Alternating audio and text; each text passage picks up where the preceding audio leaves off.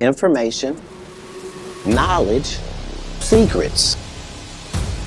You can interrogate me with torture, nigga. I won't confess at all. So Katt Willams is probably one of my favorite comedians, probably ever of all time. And I actually made it a hobby of mine to go in and challenge myself with different really famous or celebrity figures that I really enjoy. I've challenged myself with just going in and digging on their lives or taking the things they say, fact checking them, or just looking a little deeper into everything about that person to make sure that my feelings about them line up with who they are as a person. It's really good to be skeptical of everybody that's in a prominent position, whether it's a celebrity or a government position, anywhere of power. I just wanted to know in this video, the question for me was, is Katt a Freemason, alchemist? Does he believe in Jesus? I really just wanted to know more about Katt, but specifically, is he in the Illuminati, right? I found some amazing, mind-blowing stuff. This is gonna be a great watch for you. Stay tuned till the end. And the biggest thing to keep in mind is everything is connected. And I mean everything. If you were to read like thousands of books about people that knew a bunch of shit, like you start finding out that it's not really about knowing anything, it's about where to go to get the information. You know what I mean? Yeah. So like when we look at all the ruins all around the world, like we're not seeing ruins of colleges and universities. We're seeing temples and synagogues and churches, and that's where that information was coming from for that period of time. When we went to these temples, they weren't in there singing and reading from a book. They were in there being taught things that they were able to go put into practice. So based off what I've seen through my research, when Katt was really young, he read a lot of books because he was going through a really hard time. I don't know if it was with his dad, his mom, or his living situation, but he basically read books nonstop for probably 2 or 3 years. And during that time, he learned so much that he matured so fast that basically he came to the point all we would in our minds when we were older, but at a really young age, which created this insane thirst for knowledge that would later lead to the occult, which is just simply hidden. And in the middle of you doing it, you realize you only have a certain amount of time. And you're like, God damn it, I'm just starting to figure this game out. I was probably like 5 years old when I had that moment. So I lucked out because it happened to me so early. If you follow information about humankind, you find out that in all parts of history, people were coming to this region for their information and their knowledge and their things that were forbidden, and these were not these were the highest of human civilization here. Not even comparable to anyone else. No. Nor since. Nor since. Now or Nor since. Right. If you follow that information pathway, it leads you to this character called Thoth. And the emerald tablets, literally mind-changing and mind-blowing, because you understand when this was written, the terminology being used is far too accurate for now. Hidden knowledge, occult knowledge, hidden. And obviously these people who reach these points of information and knowledge in their lives are prime candidates to join the Illuminati, or more simply put, to become famous and be in the spotlight, to give messages or to be figureheads of specific propaganda or other reasons that this industry would want you to be a part of it. Katt gets in and he explains that there are 2 different types of people. One person wants to help everybody, and he says they eventually get to the point where they're never satisfied because they can never help enough people. And he said there's another type of person that sees people as a commodity and makes money off those people. That's the difference between those of us that want to know the world's mysteries and conspiracy theorists. Like, there's nothing to a conspiracy theorist because you're not producing what you're using. But these world mysteries, like, that's harder to do. He never tells you where he's at, but I'm going to prove to you he's simply one of the people who wants to make money off people, and that's just because he wants to feel fulfilled. He's in it for himself, and that doesn't make him a terrible person. He's just not on our team, and he's not helping us. He's just out here getting paid to push an agenda to make the line in the sand thicker, so that way when the Civil War pops off, it's more people on each side, more people fighting, more chaos. You know what it is. Williams, Katt Williams, aka Money Mike, aka Pimpin', aka Dipset Bird Gang. Oh. Act like you heard about it, nigga. Oh, for real? Oh, hey. for real? Yeah, believe that. No, really, nigga. No, really, nigga. Oh, No, really, on the come up. No, really, nigga. Oh, no, really, nigga. No, really, nigga. On the come up, nigga. Come up, nigga. Hey, that's very funny, man. On the come up. Yeah. All day. That's my answer to niggas. Nigga, what you doing? Nigga, I'm on the come up. Man, What you doing tomorrow, nigga? On the come up. Yes, sir. Act like you heard about it. So on the surface, Katt obviously seems like a pretty chill celebrity. He doesn't have a lot of Illuminati stuff going on that you can see, but digging, I found a lot of symbology I'll get into. He really doesn't think it makes sense to help people, which I understand, but at the same time, in contrast, I'm the complete opposite. I believe in helping people no matter what until I die. And just to get in to prove to you this is where he's at, a couple things to keep in mind. When he went on Joe Rogan, he came out and said that he bought this new Rolls Royce. It's a Spectre. Hey, Katt!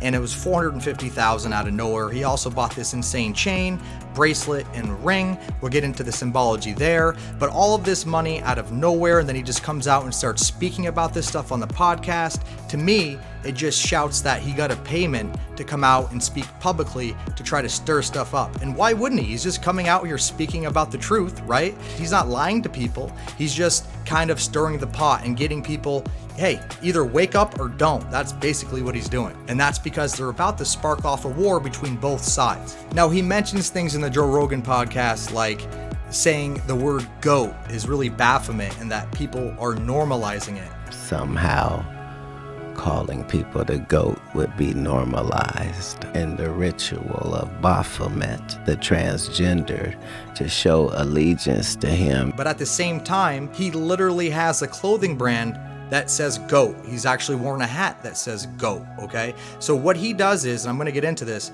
he says the truth, but then he does the opposite, basically hypocritical, and that's literally what folk means, which is what his chain means, which is what I'm gonna get into. His clothing brand also has owls, right? And owls is a symbol just like OVO Drake. It's a symbol for Moloch. That's the owl at the Bohemian Grove that they worship. Bohemian Grove rabbit holes. I went there once. Bones. I got kicked out. Did you? You went to the Grove? Yeah.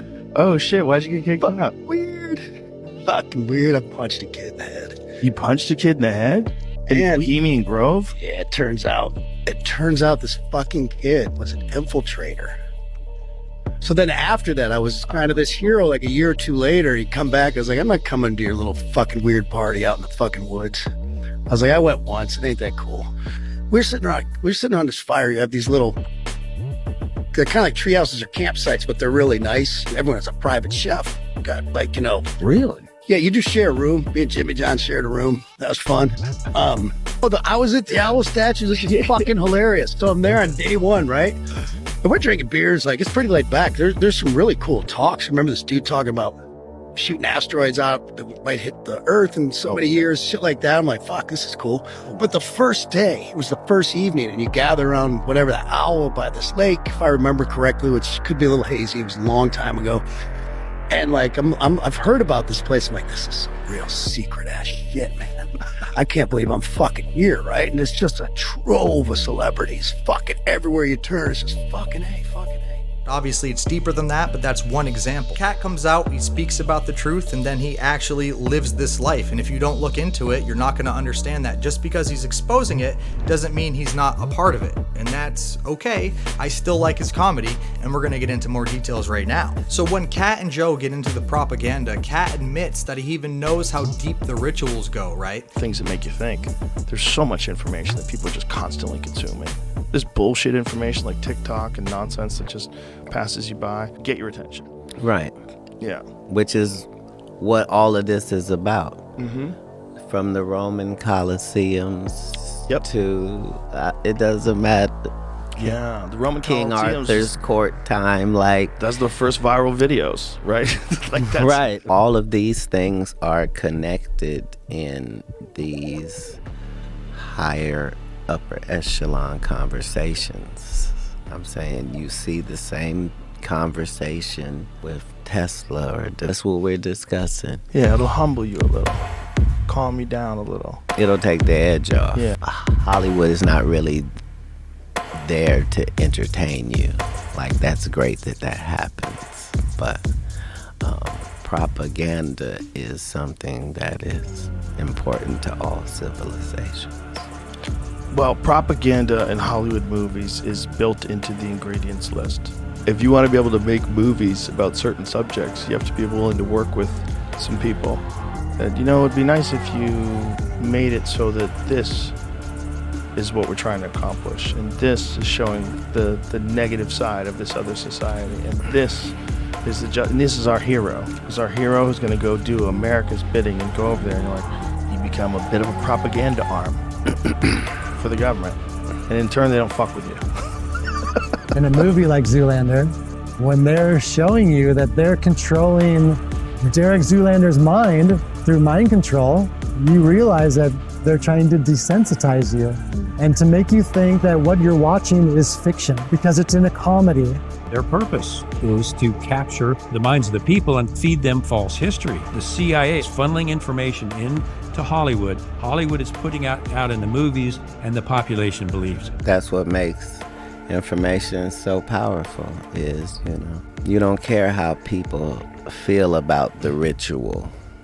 It's about does following the ritual work. Those movies are successful, and so they continue this relationship. So Katt is basically one of the best distractions out there. I actually love his distractions. They're hilarious. So now we're really going to get into the sauce that really proves that he's a Freemason, an alchemist, a philosopher. He's a really smart dude, believe it or not, and he's so smart he can actually run circles around the viewers and the interviewer in any interview, and you'd have no idea. If you watch the interview between him and Joe Rogan, you'll see him pause a lot and only give about 10% of truths. And in this video, I take those clips and I give you 100% the truth, which gives you 100% the image of who he is and what he believes. Shoes and bones in this cave. This is Melhauer Cave, and it is the creepiest cave I've ever seen. It was owned by the Freemasons. As you can see their logo on top of the cave, it was supposedly used for annual meetings and get-togethers for members from all around the world. It was being used since 1938. Before the Freemasons took control of the cave, the local Native Americans would say that specific cave was a passageway to the underworld. Coincidence? I think not. And supposedly is where they held demonic rituals. Knowledge of the cave started spreading in 2019. That's when they decided to put the gate up, saying that they were afraid for people's safety because they did have an underwater canal under the cave and didn't want anybody to get hurt. Or maybe they just didn't want y'all to find anything. Because a blogger on YouTube who was exploring the cave found a pile of bones and children's shoes. Pair one. I think these are old shoes. I'm not gonna touch them. They're cool. See the bones. Now, an excuse from one of the members that was given was, it was most likely either animals that brought the shoes and bones in, like small critters, or the underground canal flooded and brought them in. They also blamed the vandals who would break into the cave for the shoes and bones being there. But people believe something more sinister is going on. I mean, why wouldn't they? Over 500,000 kids go missing every year in the United States. 3 suspects in California are accused of running a fake police department and put under arrest. One of the suspects even works for California Attorney General Kamala Harris. I'm 48 Hours Crimesiders, Michelle Sagona. The ruse began in January when the San Diego Sheriff's Office says various police chiefs in Southern California began to receive letters from the Masonic Fraternal Police Department. The letter said specifically that David Henry was now the chief and he was requesting a meeting with each agency. According to a press release, Captain Roosevelt Johnson of the Santa Clarita Valley Sheriff's Office actually accepted a meeting with Henry, Tonette Hayes, and Brandon Keel. They showed up dressed in uniforms and said they were setting up shop in the area. All 3 were arrested and now charged with impersonating a peace officer. The group claims to have jurisdiction in 33 states and in Mexico. They allegedly believe they're descendants of the Knights Templar and that their group was founded 3,000 years ago. But medieval scholars say their claims are incorrect and that the Knights Templar was founded during the 12th century Crusades in Jerusalem. Their mission was to protect pilgrims visiting the Holy City, and they answered to the Pope. Some historians speculate that they were tasked with finding precious religious relics during the wars. The legend of the Knights has been featured in popular Hollywood films like The Da Vinci Code, The Knights Templar. But the Templars were created to protect the Holy Land. That was a cover. and National Treasure.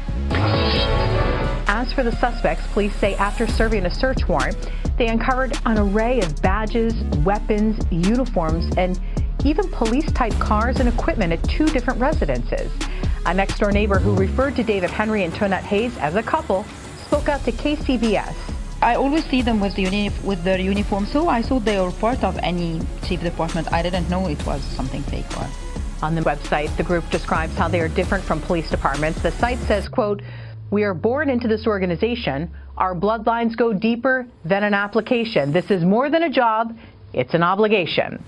Investigators have not determined a purpose or a motive for the organization. Authorities also believe others may be involved, and they're accepting your tips to lead them to other suspects. What's the deal with the Freemasons? When did this start? This goes all the way back to deep, deep antiquity. We're talking about 30,000 plus years ago. There were these brick masons in ancient Kemet called the Shattu. There was a pyramid war. There were 2 pyramid wars. The second pyramid war in the tablets talks about the fact that the Shattu helped Amun-Ra escape through a hidden passage in one of the pyramids. And before he left, he decreed that he would leave the kingdom to his Ra-Kam. Kam translates into shield, Ra shield. Over time, it became Rothschilds that are now running the planet. Be a Shriner, you got to be a Mason.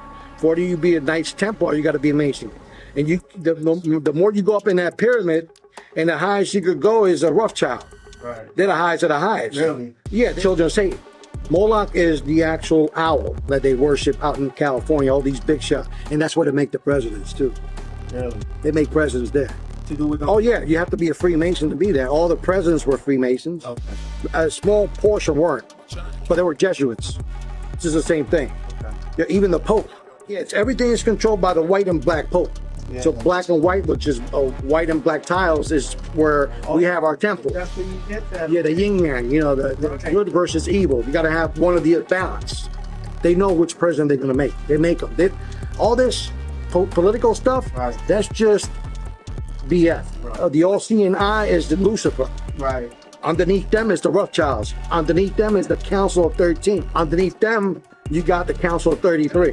True aspects of mystic power are more fascinating, or buried more deeply in esoteric teachings and symbols. Thus, it was accessible only to selected candidates who had gone through the fires of initiation and vows of secrecy. Underneath them, you got the Council of Foreign Relations. And underneath them, you got, you know, like 6 big companies. They own all the real estate and they own all like media. The Masons are the foot soldiers of the Illuminati. You understand the pyramid, right? Yes, yes. It's shaped like a triangle, right? So we're at the very bottom. Rothschilds, they run all that from their house. They don't leave that house. Why is that? I mean, because that's where the devil dwells. The devil could only be in one. Well, what's wrong with being a Freemason, right? Well, a lot of people see that a lot of elites at the top are all Freemasons, and it ties into Skull and Bones, it ties into the Jewish Kabbalah, it ties into Satanism, it ties into a lot of things. And basically, we see that a lot of low-level Freemasons don't see what's going on until they're in it so long, have built their brotherhood up so much that when they get told the truth, they will still stay in there, right? So the truth at the end, when they realize, is that they're really worshiping Satan 100%. There's pentagrams. They do say they have the Freemason, the Masonic Bible, but I promise you they do not believe in Jesus as the focal point. This man grills a 32nd degree Freemason, asking him who his supreme authority is. There's no way you believe in fraternity over truth. That's why I joined, to get the truth, because everyone. Do you think you found it? That's a no. No. Nothing no. You went through 32 degrees, you haven't found anything? 30th, 31st, 32nd, 33rd, you guys adhere to a supreme authority named Lucifer on page 321 of Morals and Dogma. I'm pure and virtuous and wholesome and innocent. How can you say anything bad about me? Sir, you need to be born again. I am born again. Now, did you just say that you are Lucifer? I am Lucifer. Okay, define Lucifer for me. Pure, virtuous, wholesome, innocent individual that's out to help people. Lucifer is? Yeah. Say that again. Lucifer is a pure, holy... Virtuous. Virtuous. Now, is he the Lucifer that God created? That's the same one. Oh man, this is great. I'm going to put this on the internet. Every Mason answers this like in a bland way. What's the significance of the apron? Well, it represents the purity. What is it covering? It's covering the life force energy, the penis. Yeah. Why didn't you say that? The significance is you're hiding the generative principle. The Egyptians did wear the apron still, even without the G, because they understood everything is built by that sexual, the will of the universe, the sexual essence. Yeah. So would you say it's a sex cult? What? It is a sex cult. All your secret powers are behind that apron. What's behind the apron is the penis. When the flap goes up, the penis is getting erect. I was a young child. I was being raped by my father. My father is a Freemason. As me, as a kid, I was about 11, 12 years old. At the time when these images were taken, I was going to school every day. I had, on the surface, a normal life. But I was taken to a lot of rituals in the Grand Lodge, or sometimes more locally in the local area where I live. What was the main way in which the Freemasons abused children, and you specifically? The main way was rape, but the worst ways were using your hand to kill another being. I saw a little boy being murdered.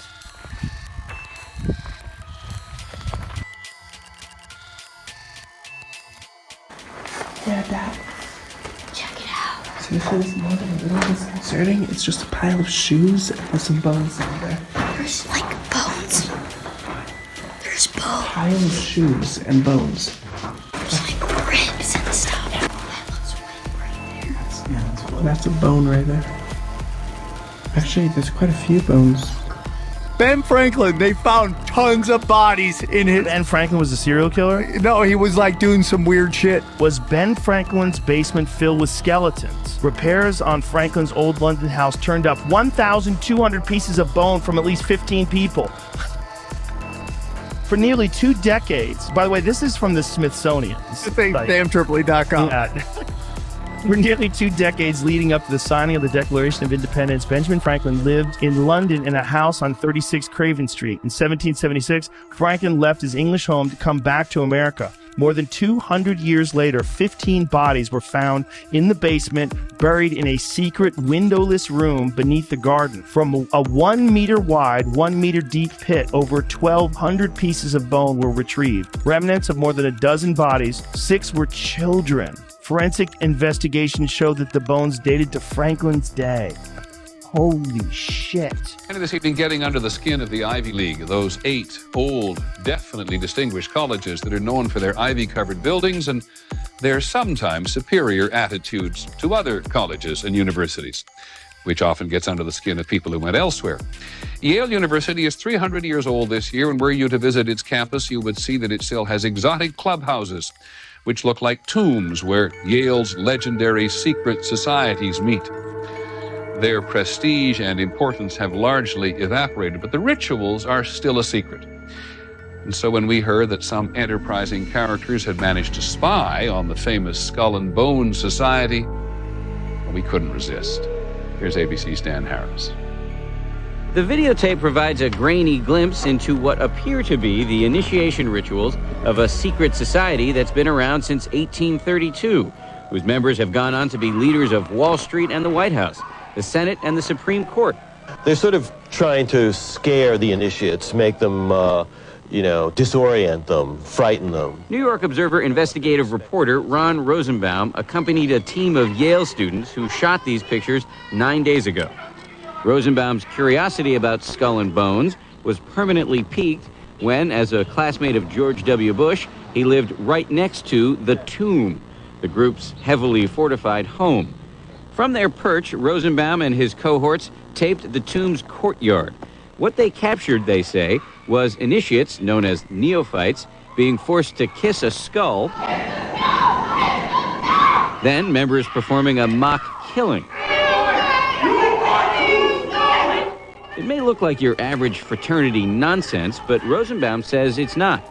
Even though it may seem silly to us, it seems to mean something to them, and you can't argue with the success of Skull and Bones. True.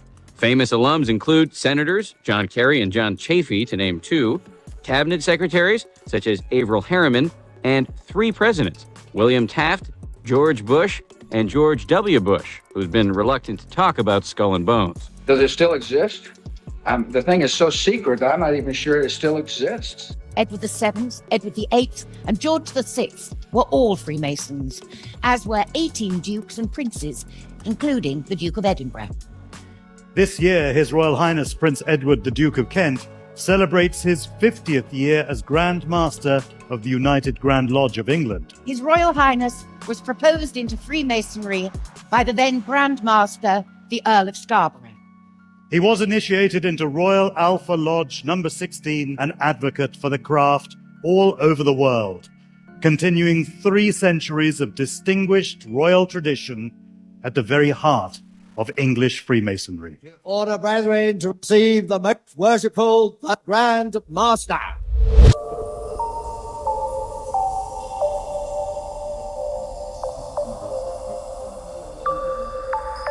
As permanent master of these 3 lodges, I now call on my deputy masters.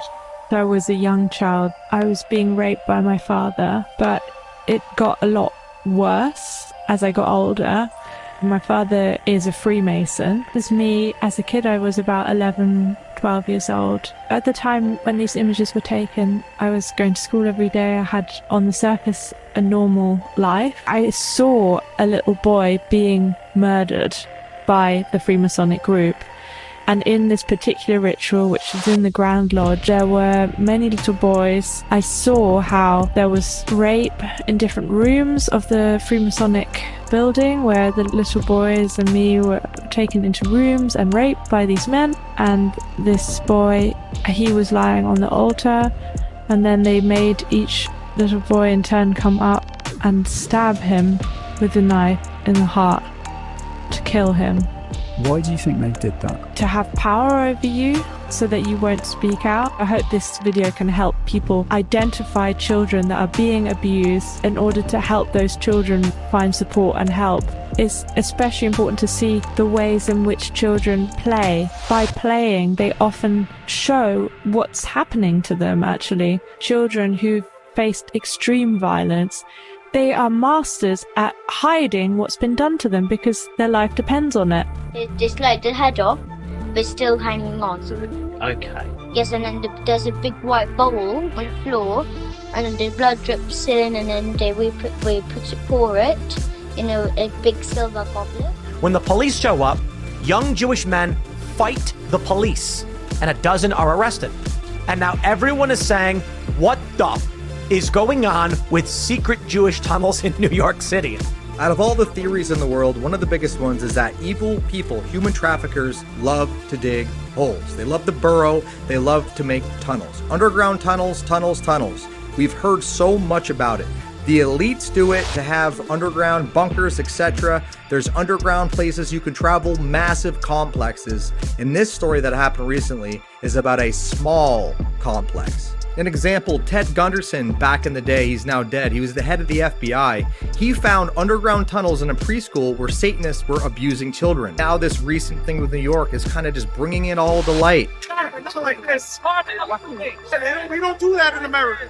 They found in a synagogue. Again, just because they were Jewish doesn't mean we can't talk about it. And just because they were Jewish doesn't mean all Jewish people are bad. Multiple different types of Jews. In the United States, there are 4 main kinds of Jews. This doesn't mean that all Jewish people do this to kids. There have been lawsuits and other claims in the past that they have been doing bad things to kids. They've even admitted certain things. Back in 2013, Vice did an article with a rabbi who said that literally there's a child sex rape assembly line. And then this has been going on that long and longer. So they literally found soiled mattresses, kid chairs, high chairs, and other strange things underneath this synagogue in which they were burrowing somewhere. So could this possibly be the tip of the iceberg? Who knows? Just don't use this synagogue here for a long time. Let's have a look why. So this show was built in the late 1800s at a time when the Jewish people experienced pogroms. So what did the Jews who built this synagogue, what did they do? They made a tunnel, and this tunnel exists until this day. Have a look. You lift up the stone, and look at this. Inside, you're able to. You said that both George W. Bush and his father had anal sex with 100 men. How do you know that? because they are part of the well-known fraternal group out of Yale University known as Skull and Bones. And it's public knowledge that the Skull and Bones organization, in order to be initiated, first of all, you had to lie in a casket and let men urinate on you. And then a part of the process, you had to stand in a circular, if you will, masturbation squad to be a part of Skull and Bones. And then you also had to be penetrated by the elder persons in Skull and Bones. Everybody knows this as public knowledge. And George Bush Sr. and George Bush Jr.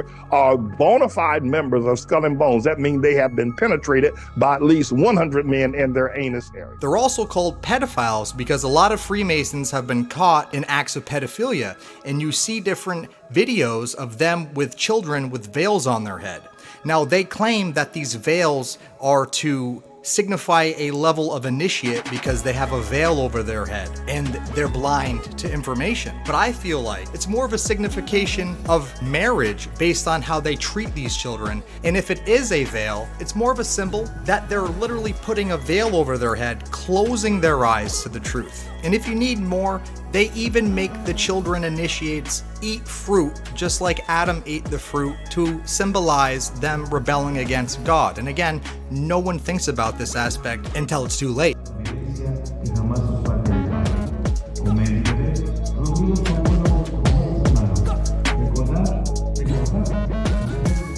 So when you're a Freemason, you basically become illuminated, therefore Illuminati, once you reach a high enough level. So the question we have is Katt part of the Illuminati?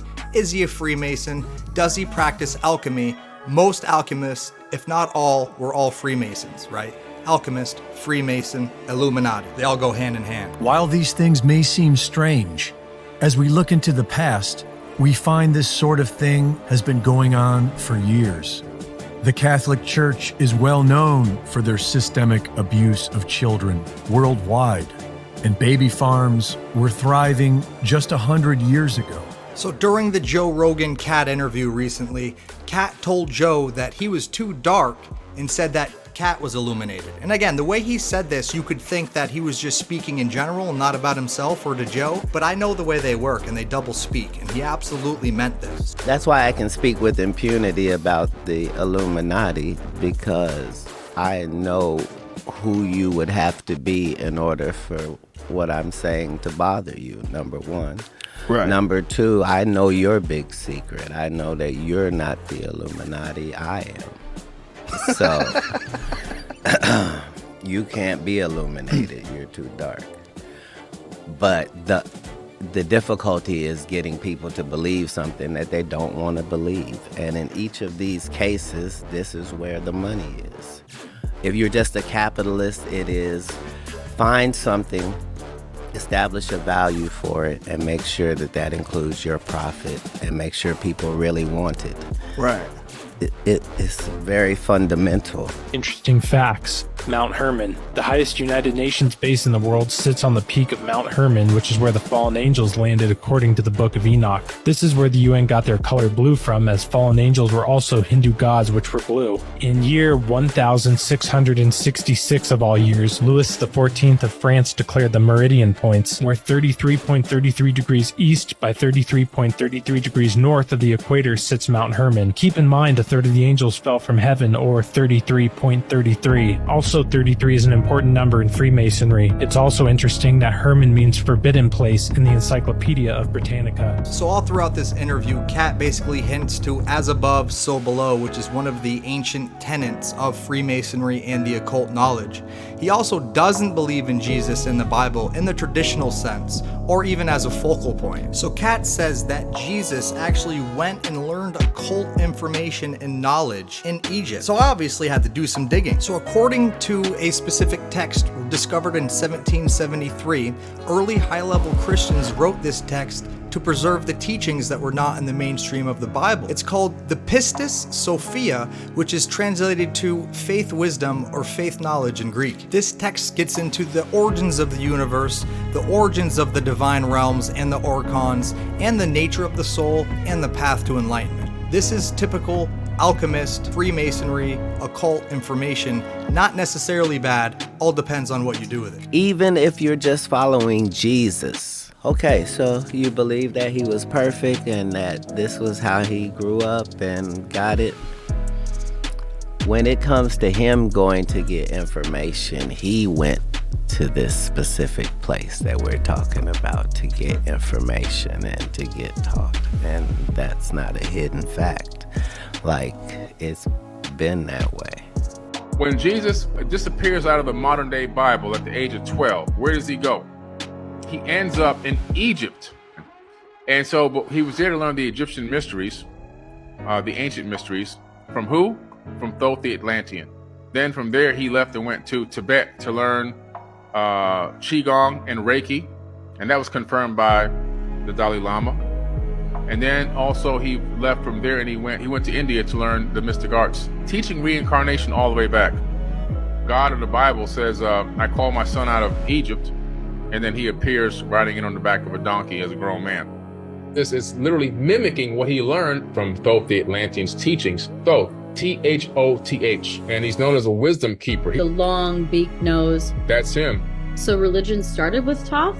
Yeah, so they took his teachings, his spiritual teaching, to the first baptism that was taught is in the Emerald Tablets. He talks about being baptized via elevated consciousness. It had nothing to do with splashing water and dumping your head in the pool and all this other kind of stuff. That was also another twist of the information. So I wrote this book called Compendium of the Emerald Tablets. In that book, I put the New Testament where Jesus is speaking and the Atlanteans' words from the Emerald Tablets side by side. And you see that Jesus is literally mimicking what he learned from the ancient mystery schools, which he learned directly from the Egyptian mysteries from Thoth the Atlantean's teachings. So he's not saying anything new in the New Testament. All those words that were spoken by him were information that he was taught. The one they called Jesus was a Mason. An issue people are having with that secret is that they don't see in the Bible that it explicitly states that Jesus was a Mason. That's because that order wasn't referred to as Masonry in that book at that time. The Masons are referred to as the Essenes, who were led by a being called the teacher or the messenger of righteousness, and that translates from Hebrew as Malaika Sadiq, which becomes Melchizedek. In the biblical scriptures, you will find that Jesus was raised up in that same order. That's Hebrews 7:17. For he testifieth, thou art a priest forever after the order of Melchizedek. And this being who is called Jesus also took an oath to be a part of that order. Hebrews 7:20. And insomuch as not without an oath, he was made priest. There were sacred brotherhoods active in that time, both BC and AD. And stories like the story of Lazarus were alluding to those brotherhoods. Jesus initiated Lazarus into the order. In other words, Lazarus was pulled out of death by Jesus. This was a Masonic ritual. This was not a literal story. People are constantly being raised from the dead and initiated into the order of the truth, the life and the way, the head, the heart and the hara, the faith, the hope and the charity. 1, 2, 3. As in the 3 levels from the lower room to the upper room. Tear down my body and in 3 days I will rise it again. This is referring to the 3 degrees of Masonry. John 3:3. You must be born again. Why do you think it was placed in John 3:3? Jesus was of the mystic orders and the mystery schools and was raised from the dead.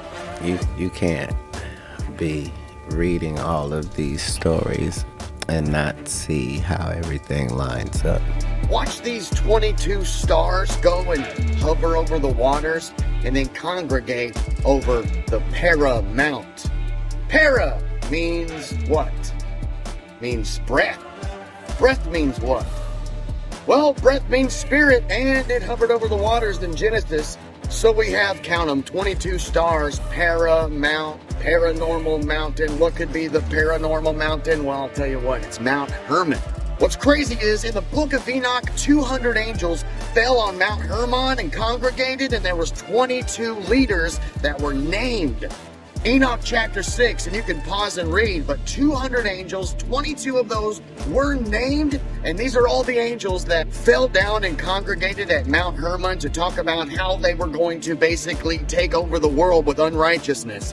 I'm not going to leave you guys hanging. I'll give you the opportunity to pause and read all of this, because in Enoch chapter 6 through 10, there's some interesting things that I personally feel like speak to what's going on right now. And when it comes to stars, Revelation 9 talks about a star fell from heaven and he was given the key to the bottomless pit. Revelation 9:11 talks about Apollyon. Mount Hermon means the mountain of the chief. What chief? Could it be that chief star that looked like lightning falling from heaven? Hey, Yeshua saw it. It's so funny that stars, falling stars, are referred to as angels and angels referred to as stars. And you got this paramount with 22 of these named stars and the name Herman meaning devoted to destruction. And in German, it means soldier. So this is the mountain of the chief where 22 soldiers met to talk about destruction. And it's so weird that celebrities are called stars. And there's the Hollywood Walk of Fame with all of these stars that are named. I'm wondering if these fallen angels have inhabited bodies and taken over to bring more destruction to the earth, because it seems that Hollywood and the music industry, they all promote unrighteousness and ungodliness, and it's like they're trying to spread it across the world. So Katt also gets into the Book of Enoch and the Emerald Tablets. He thinks the Anunnaki were black, the original people. The Book of Enoch is basically the same as the Epic of Gilgamesh. It's the same in Hindu mythology, pagan Roman mythology. It's basically the foundation. Apparently the Watchers, who also were known as the Gorgori or Shiny Ones, were known as God's children or the fallen angels, also giants. The ancient law of the high heaven strictly forbids us from interfering with the mortal world. Yet you have done so brazenly. All I am guilty of, Imperius, is bringing justice, while you hide, cowering behind your throne. Silence! These Watchers told an Egyptian sage Hermes Trismegistus to write this book. He was also known as Enoch. And apparently, Anunnaki, the fallen ones, the fallen angels, they actually need to drink human blood to survive. Azazel, one of the worst Anunnaki, or the worst fallen ones, one of the worst Watchers, Azazel took God's classified information and gave it to the humans. That includes the black arts, weapons, even makeup, and astrology. It also led to fornication with humans and a whole godless era. It is a good book to get into. Emerald Tablet, also known as the Smaragdine Tablet, or the Tabula Smaragdina. Oh, I fucked that up. It's a Hermes compact and Trismegistus. A cryptic Hermetic text. It was highly regarded by Islamic and European alchemists as the foundation of their art. Though attributed to the legendary Hellenistic figure Hermes Trismegistus. How do you say it, bro? Trismegistus. Trismegistus. Yeah. The text of the Emerald Tablet first appears in a number of early medieval Arabic sources, the oldest of which dates to the late 8th or early 9th century. It was translated into Latin several times in the 12th and 13th centuries. Numerous interpretations and commentaries followed. So what does it say, though? The Egyptian god Thoth. Okay, it says beginning in the 2nd century BC onwards, Greek texts attributed to Hermes, a syncretic combination of Greek god Hermes and the Egyptian god Thoth, appeared in Greco-Roman Egypt. Those texts known as the Hermetica are heterogeneous collection of works that in the modern day era are commonly subdivided into two groups: the technical Hermetica, comprising of astrological, medico-botanical, alchemical, and magical writings, and the religio-philosophical Hermetica, comprising of mystical philosophical writings. Holy shit. Is this weed talk, Joseph? No, this is so legit. So legit, my man. So this dude was probably an alien. Dude, first of all, there are no probablys. Yeah. That's the benefit once you hear it or read it, is the fact that it's given in first person, and that's not possible. The things that are being said are impossible. Enough time has passed, though, that it's not like that. But I'm going to read that. He literally says, hey, there's a spaceship on Earth, and this is where it is. So Katt really believes the original people were black, and I agree with him. There is a lot of things supporting what he says, and it lines up with what the Moors believe, which is that America was originally Morocco, and the original people were quote-unquote copper-colored. And there's a Supreme Court case saying that the Moors are the oldest indigenous culture on Earth, and that was in 1995. The Greatest Story Ever Told, a book written by Lana Cantrell, said that we all originally had green skin and were copper-based. Now again, this could be black people, or it could be lizard people, or just green humans. First black president. Well, Barack? Get off the chair. Who's our first black president? Who's our first black president? Abraham Lincoln. Abraham Lincoln. Oh, Abraham Lincoln was a Melungian. Wow. He was part black, part white, and part Cherokee Indian. Wow. You didn't know that, did you? So boom. I think this is the real picture of him. I'm not going around saying that the other picture was him. Well, it's true. A piece of American history that centers around Annapolis. Here's 11 News reporter Katt Willams. A collection of signed documents newly acquired by Sam Brown and his family. One document for each of the 14 presidents of Congress before George Washington. I think it's important. I think it's phenomenal. I think that when you sit and talk about it, people don't realize that there were 14 presidents in a 15-year period. I found out there were 8 presidents before George Washington. I wanted to smack somebody. You know, I wanted to know why I was taught otherwise. Just tell me the whole story. I'll fill in the blanks. I think I also recall him saying that Barack Obama wasn't the first black president. So I started looking this stuff up and found out there were 14 presidents before George Washington and 7 black presidents before Barack Obama. The first 7 presidents of this country were black men. Surprise, surprise, surprise. And here are their names. I was really frustrated as a black person that we weren't included more in the Bible, right? I felt very good when I found that some of the books of the Bible that were banned because they had black guys in them. Really?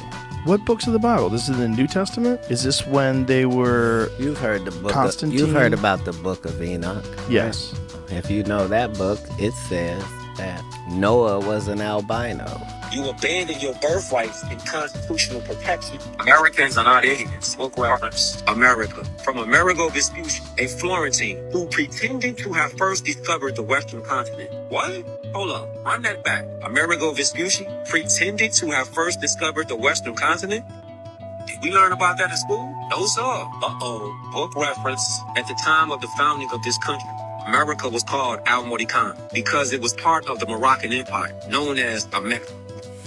It was transliterated into America by the colonists, and eventually a story was made up that America was named after Amerigo Vespucci. Wow, this is getting good. We now realize that there was a significant motive to hide the history of what had transpired. Now watch this, book reference. American, a native of America, originally applied to the Aboriginals, or copper-colored races, found here by the Europeans. Pause. So the 1828 definition of an American originally applied to the Aboriginals, or various copper-complexioned peoples, found here by the Europeans, which means we was already here. Now hold that thought. Book reference. It is also important to note that the words Muslim, Saracen, Turk, Moor, Muslim, Phoenician, Olmec, Indian, Black, Ottoman, Arab, and others were used to identify Moors. Although words such as Indian and Black are derogatory. Somebody might say, I'm an American Indian, or I'm a Native American. So how is that derogatory? The name of a people must connect them instantaneously to land, history, and culture. Dr. John Henry Clark. Facts. So when you claim to be an Indian, you're in violation of law. Let me show you. United Nations Declaration on the Rights of Indigenous People. Recognizing the urgent need to respect and promote the inherent rights of indigenous peoples is derived from their political, especially their rights to their lands, territories, and resources. What? Lands, territories, and resources. So when you say you're Indian, Black, African American, or a person of color, you abandon your birthrights and constitutional protection. What does abandon mean in law? Book reference. Abandon. To desert, surrender, forsake. To relinquish. Never again resuming one's right or interest. People have been tricked to claim dishonorable terms as if they were honorable. Book reference. What does the tribe mean? A group of person, family, or clan believed to be descended from a common ancestor. Did you hear that? A common ancestor. Consanguinity, kinship, blood relationship. Descended from the same stock or common ancestor. Inherit means to take by inheritance. Nationality corrects your political status, and your nationality is inherited to you by descent, by bloodline, given to you by your mother. Above electricity and magnetism is what is called orgone energy.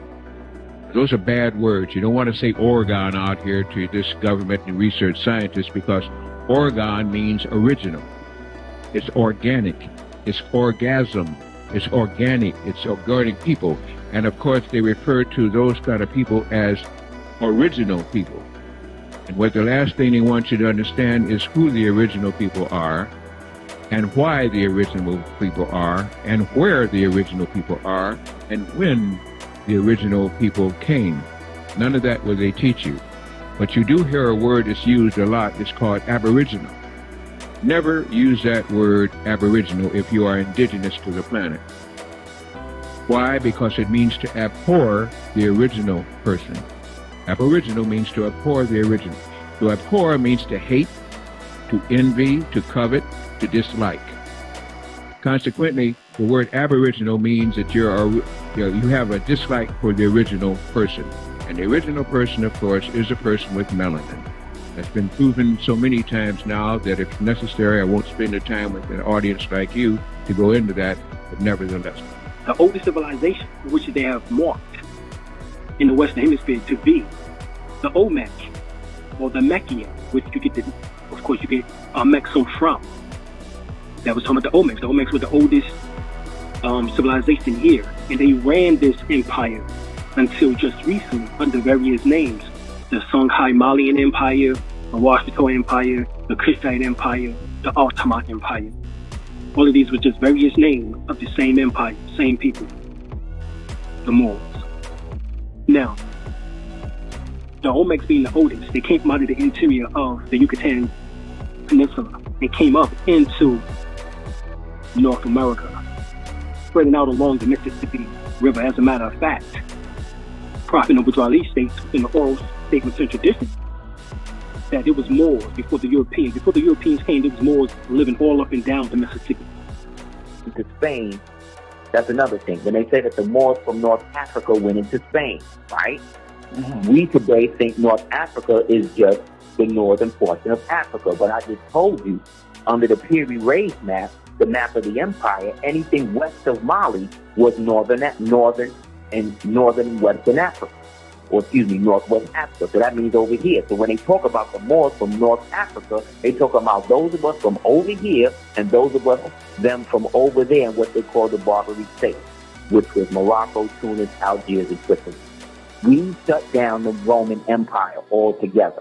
It was us on the northwestern, southwestern shores, and then in the far east, that was the Caliphate, and in the far east, you had what was called the Khanate, which was Timor, what they call Tamerlane, Genghis Khan, Kublai Khan, Attila the Hun, the rest of them. So we shut them down. During the Civil War, the Moors went to war against each other. Now, we destroyed ourselves in this. The Europeans did not come here and bring us down. We did that from inside, and they capitalized on the carnage. Do you understand? All of these buildings all around here, as I told in class last night, they're ours. They belong to us. They're ancient, these buildings. There's a whole city underneath this city. They've went and burned all the major cities, the major energy centers on this globe we call an earth. Our ancestors set up these energy centers that we call Philadelphia, New York, Boston, Atlanta, Detroit, right? Chicago, Miami, Phoenix, Los Angeles. They are energy centers. They're not where they are in huge, large cities just because of some coincidence. There's energy and power in these places. The receipt. The originals of the earth. The United Nations recognizes Native Moors as being the oldest indigenous civilization on earth. 1995. The Empire Wichita dug the Munya. So this is us. Debate over with. You need some more? No problemo. You see her right there. The late Dr. Empress Vertice Tiara Wichita Turner Golston L. Bay is the great-great-granddaughter of Marie Antoinette, 6 times removed, and the rightful heir to the throne of France, Spain, and England by the royal bloodline.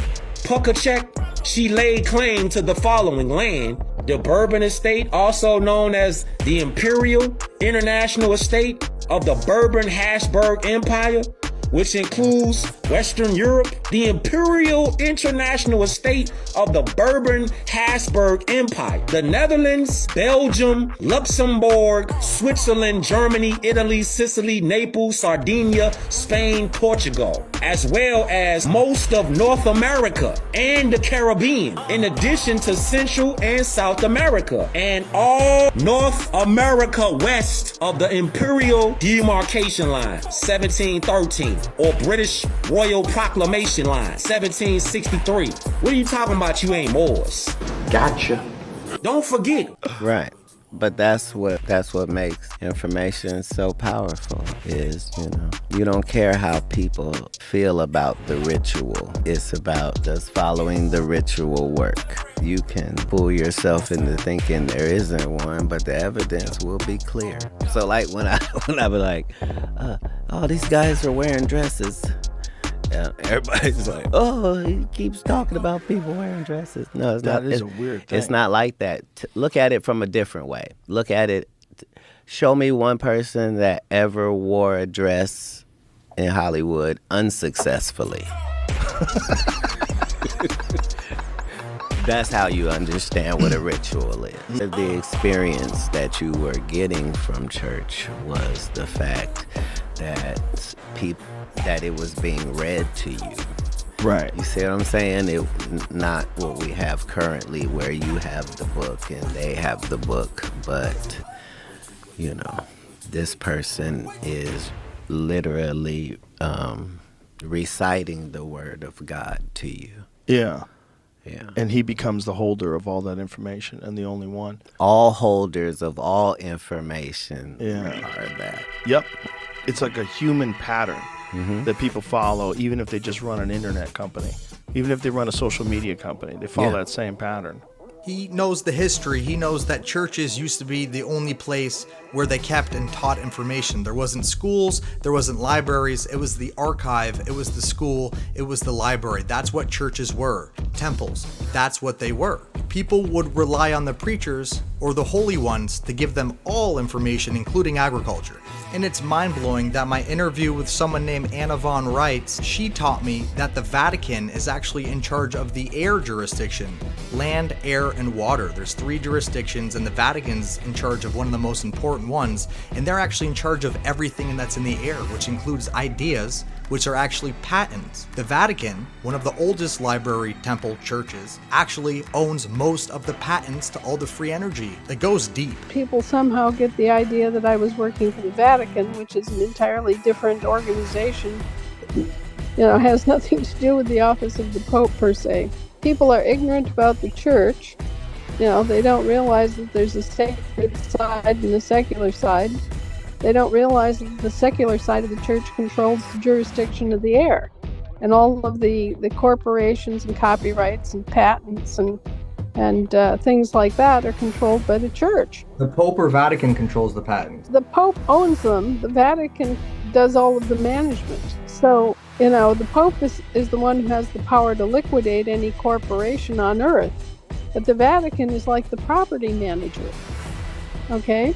Thing a rational person can take from Hitler's story is being able to see what if you had unlimited resource and ability to just follow global rabbit hole. You find out that most stuff that is labeled BS is not BS. BS is very hard to come by. Well, the Hitler thing is real weird because the Nazis are really into the occult. At some point in the information process, that was required.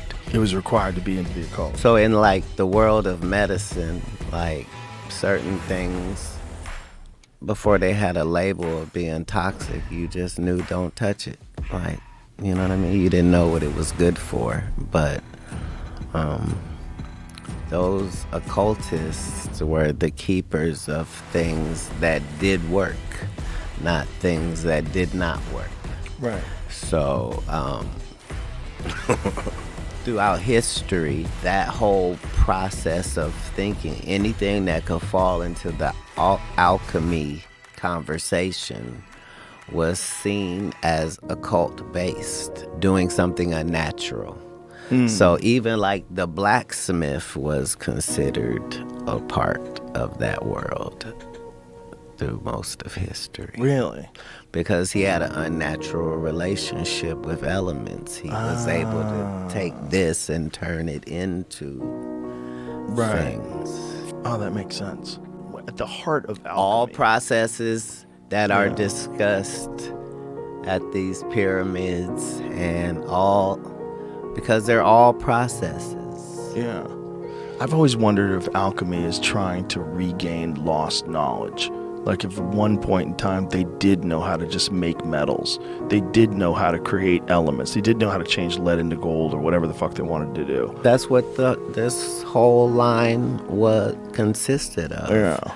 But it required money and time, and all royalty, all kings, all great leaders of the world, this is what you paid for, was people that could make things happen. He even believes that not thinking about your birthday or your age will make you live longer, and he fantasizes about being rich and exploring the world, similar to Hitler, but at the same time, he sees a lot of truth in the Jewish culture, in their rituals, and their practices. He says when you look at the facts and not the actual religious stigma surrounding it. So Katt obviously is very self-serving, very intelligent. He's chosen the path of Satan, basically, and that is of materialistic items, self-worth, happiness in this life. The most important information in this battle, the difference between Satan and Lucifer, according to the occult beliefs or the beliefs of all the Freemasons and all of the elites, basically everyone in power.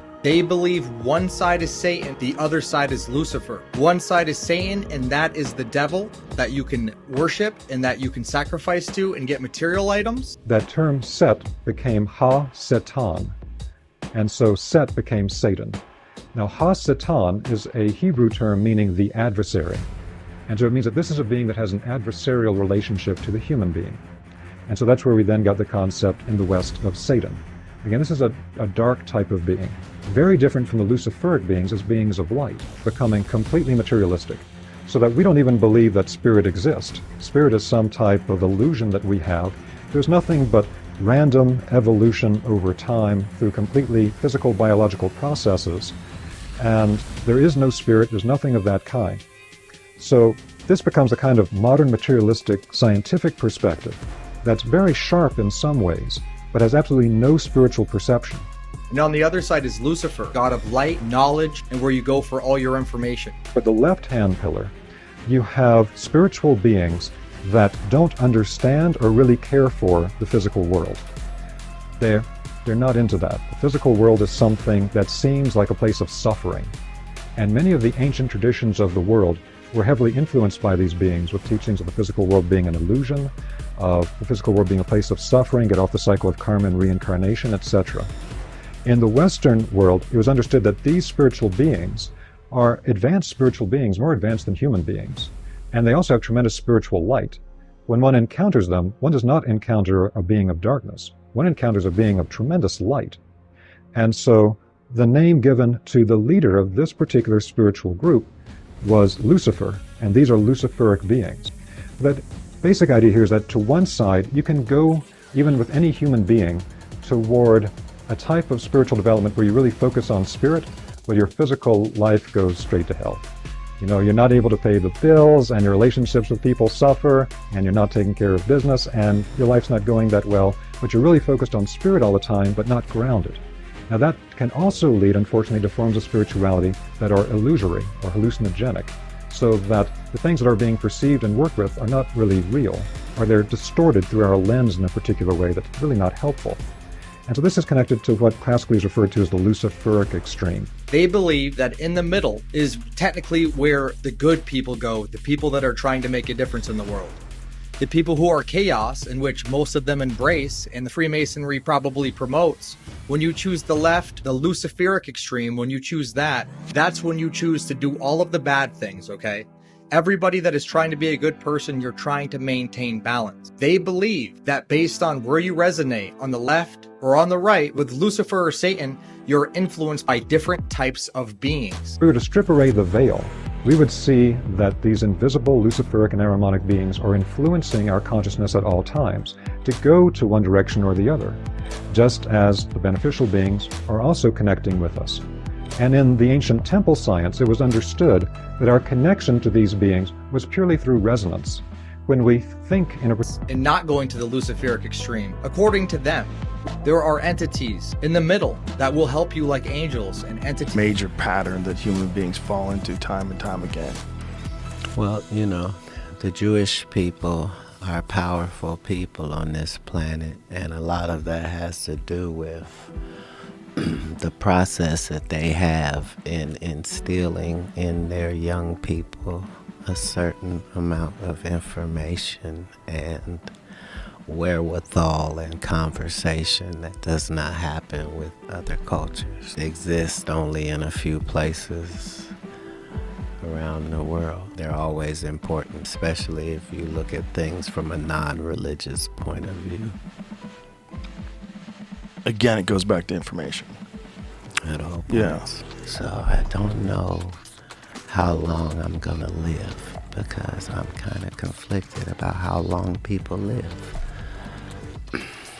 100's a good number, but there's been people that 600 it seems. I don't know, like seems like this, but I'm just gonna space it out 7 years at a time. So every 7 years, that's gonna be a life, so I don't waste anything. So I couldn't wait till I got 7 because that was gonna be the start of my first life. Why'd you break it into 7s? Just randomly? I don't know what randomly means. You had a company called Lucifer Publishing to write out the philosophical underpinnings of the United Nations. She turned it into something called Lucis Trust, which still to this day exists at the United Nations as a meditation room with a big black cube in the middle and 1,000 points of light coming through the roof. And she wrote the 10 rules for the one world government, which still exists at the United Nations today. And they are, okay, take God and prayer out of education. Number 2, reduce parental authority over children. Number 3, destroy the traditional Christian family structure. Number 4, if sex is free, make abortion easy and legal. 5, make divorce easy and legal, free people of the concept of traditional marriage. 6, make homosexuality the alternative lifestyle. 7, debase art, make it run mad. 8, use media to promote and change mindset. 9, create an interfaith movement without God.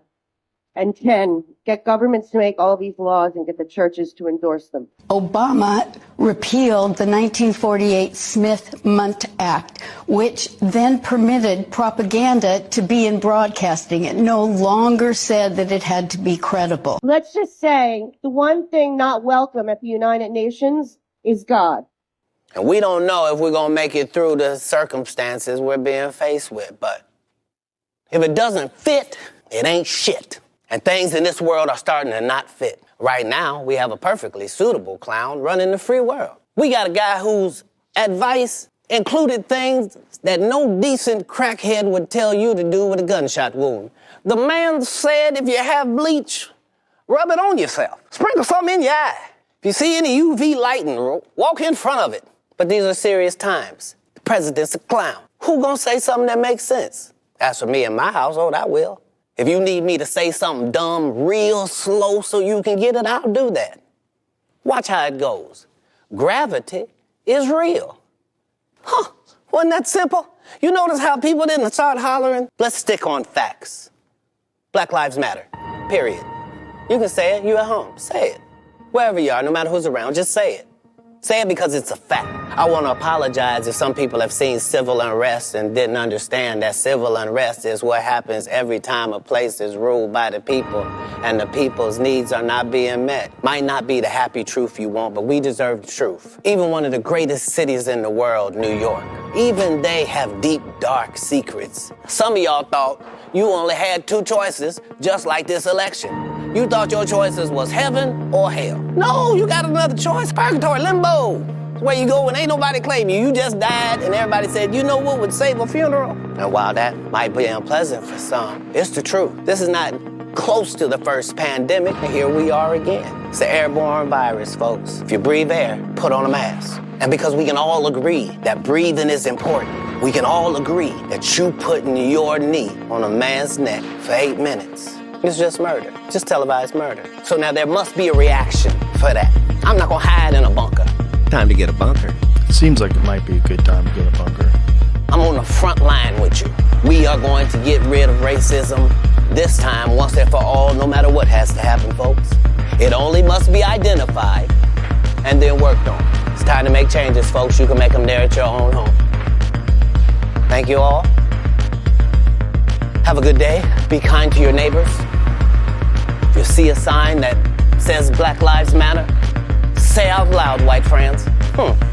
Sure do. Watch how quickly things start to change in the country. Anyway, it's been a pleasure to be here. If you got some information out of it, I appreciate that. I have already done more than an elected official. I thank you, and good night.